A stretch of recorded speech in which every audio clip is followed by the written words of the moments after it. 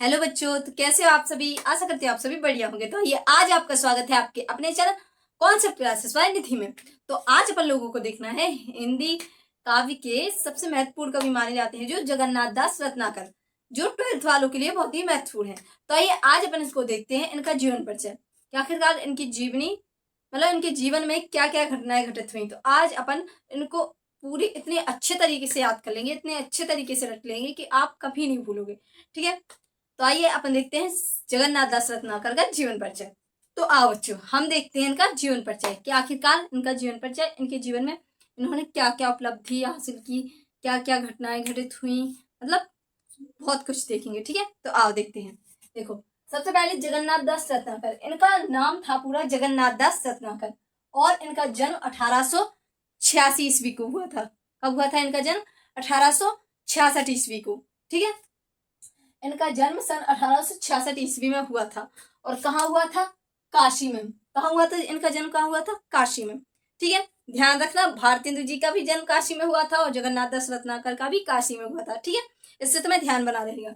इसके बाद पिता का नाम था पुरुषोत्तम दास। क्या था? पुरुषोत्तम दास। ठीक है, याद रखना, भूल मत जाना। ठीक है, इसके बाद देखो इनकी मृत्यु हुई थी 1932 ईस्वी में। कब हुई थी? 1932 ईस्वी में। देखो, संक्षिप्त तुम यहाँ समझ लो, उसके बाद लॉन्ग में शॉर्ट वीडियो में डाल दूंगी तो लिख लेना। ठीक है, क्योंकि किसी भी चीज को जब अपन थ्योरी टाइप में समझ लेते हैं, कहानी टाइप में समझ लेते हैं, तो फिर वो अपन कभी नहीं भूलते। ठीक है, तो इसलिए अपन इनको ना कहानी टाइप में समझेंगे, जिससे आपको जो परीक्षाओं में जो इसके रटते हैं अपन, तो परीक्षाओं में जो प्रेशर रहता है कि बस आज ही पढ़ लो, कल तो पेपर है, कल तो पेपर है, इस चक्कर में, इस प्रेशर के चक्कर में ना अपन भूल जाते हैं रटने वाली चीजें। इसलिए अपन इसको बिल्कुल रिलैक्स माइंड से कहानी टाइप में समझेंगे। और तुमने ध्यान दिया होगा कि जब भी अपन किसी चीज को कहानी टाइप में याद करो या फिर कहानी टाइप में समझो, तो फिर वो बहुत अच्छे से याद हो जाती है और रिलैक्स माइंड में, और प्रेशर हो, चिंता हो, फिर भी वो हमेशा ध्यान बनी रहती है। ठीक है, तो इसलिए अपन इसको ना कहानी टाइप में देखेंगे। ठीक है, तो आओ देखो।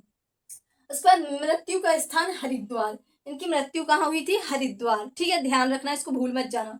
इसके बाद मृत्यु का स्थान हरिद्वार। प्रमुख कृतियां गंगा अवतरण, गंगा लहरी, श्रृंगार लहरी, विष्णु लहरी, मतलब बहुत सी हैं। ठीक है, उसके बाद उपलब्धि ब्रज भाषा के सर्वश्रेष्ठ कवि।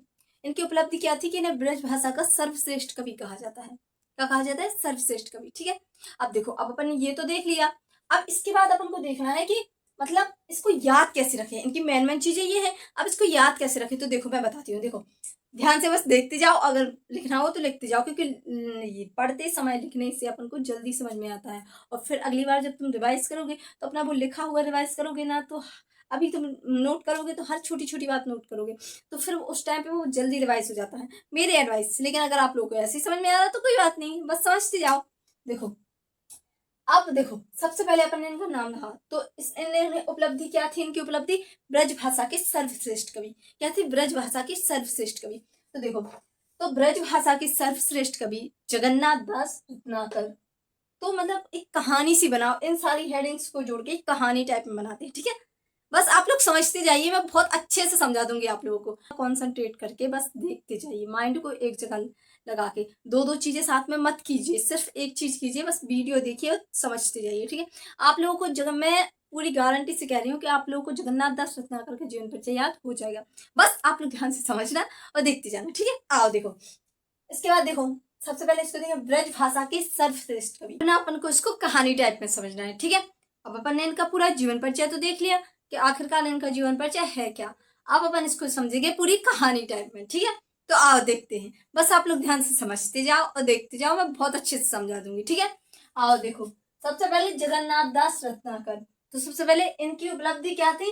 ब्रज भाषा के सर्वश्रेष्ठ कवि। तो अपन सबसे पहले कहेंगे ब्रज भाषा के सर्वश्रेष्ठ कवि जगन्नाथ दास रत्नाकर का जन्म 1866 ईस्वी में काशी में हुआ था। ठीक है, और ये ध्यान रखना कि काशी में ही भारतेंदु जी का हुआ था और काशी में ही इनका हुआ है, इससे तुम लोगों को याद रखेगा। ठीक है, अब इसके बाद इनके पिता का नाम पुरुषोत्तम दास था और इनके पिता का नाम पुरुषोत्तम दास था। ठीक है, भूल मत जाना, पुरुषोत्तम दास था इनके पिता का नाम। ठीक है, तो देखो अपन ने क्या कहा, और फिर इसके बाद जो लेखक रचनाएं करते हैं, जिन्होंने बहुत सी ग्रंथ लिखे हैं, बहुत सी रचनाएं की हैं, उन्हें कम से कम 4-5 भाषाएं तो आती ही थी।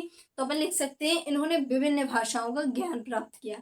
इनकी प्रारंभिक शिक्षा इनके काशी में ही हुई थी। ठीक है, और इन्होंने बहुत सी भाषाओं का ज्ञान स्वधाय से ही प्राप्त किया। तो ये जो लेखक लोग होते हैं ना, उनको बहुत सी भाषाएं आती हैं, तो ये अपन कह सकते हैं कि उन्होंने बहुत सी भाषाओं का ज्ञान प्राप्त किया। ठीक है। और इनकी मृत्यु 1932 ईस्वी को हरिद्वार में हुई थी। कहाँ हुई? हरिद्वार में हुई थी। ठीक है, ध्यान रखना। और इनकी प्रमुख कृतियां हैं गंगा अवतरण, गंगा लहरी, श्रृंगार लहरी, विष्णु लहरी, मतलब ये सब हैं। तो इतने ही शब्द लिखना है, इतने ही में ही आपके 80 वर्ड हो जाएंगे।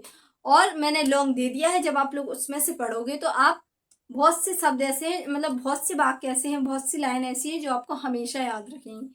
तो उसमें से इतना 80 वर्ड का याद तो आप लोग कर ही लोगे। और यहाँ मैंने समझा भी दिया है, तो आप लोगों को जितना समझ में आया हो उतना। ठीक है।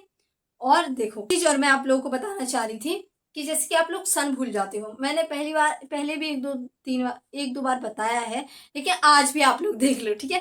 जैसे कि आप लोग सन भूल जाते हो, अगर जैसे कि इनका जन्म है 1886 ईस्वी। भूल क्या जाते हो? 100 में से 90% बच्चे सन भूल जाते हैं, 10% ऐसे हैं जिनको याद रहता है सन प्रॉपर, भूल जाती है। ये प्रॉब्लम सबकी है, तो इसलिए देख लो। और उसके बाद 1932, तो इनका जन्म कब हुआ था? 1886 में। और मृत्यु कब हुई थी? 1932। तो 1886 में से गिनो 1932 तक कितने साल हो गए? तो 1886 से 4 साल भी, 70 और 30 साल भी, 34, 34 और 32, 30 और 30, 66। और ये जी 66 साल। कितने? 66 साल।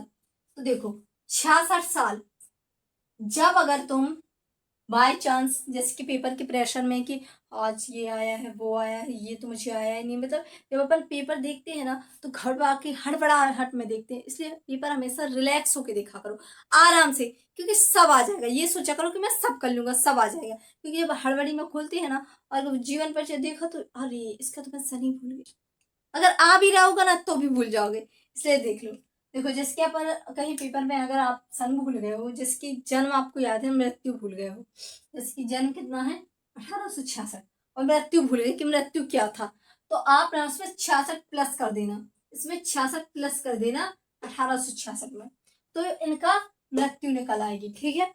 और यहाँ लिखिए दे रहे जिससे कंफर्म रहे, ये जन्म, ये मृत्यु, यहाँ पे मृत्यु निकल गई। और बाई चांस तुम्हें मृत्यु ध्यान रही, जन्म भूल गए, तो इसमें से 66 साल घटा देना। ठीक है। तो आप लोगों की जन्म निकल आएगा। ठीक है। समझ में आया कि अगर जन्म भूल जाओ तो मृत्यु में 66 साल घटा देना, और अगर मृत्यु भूल जाओ तो जन्म में 66 साल जोड़ देना। ठीक है। आशा करती हूँ आप लोगों को वीडियो अच्छा लगा होगा। वीडियो अच्छा लगे तो लाइक कमेंट शेयर जरूर करें, और चैनल को सब्सक्राइब करना ना भूलें।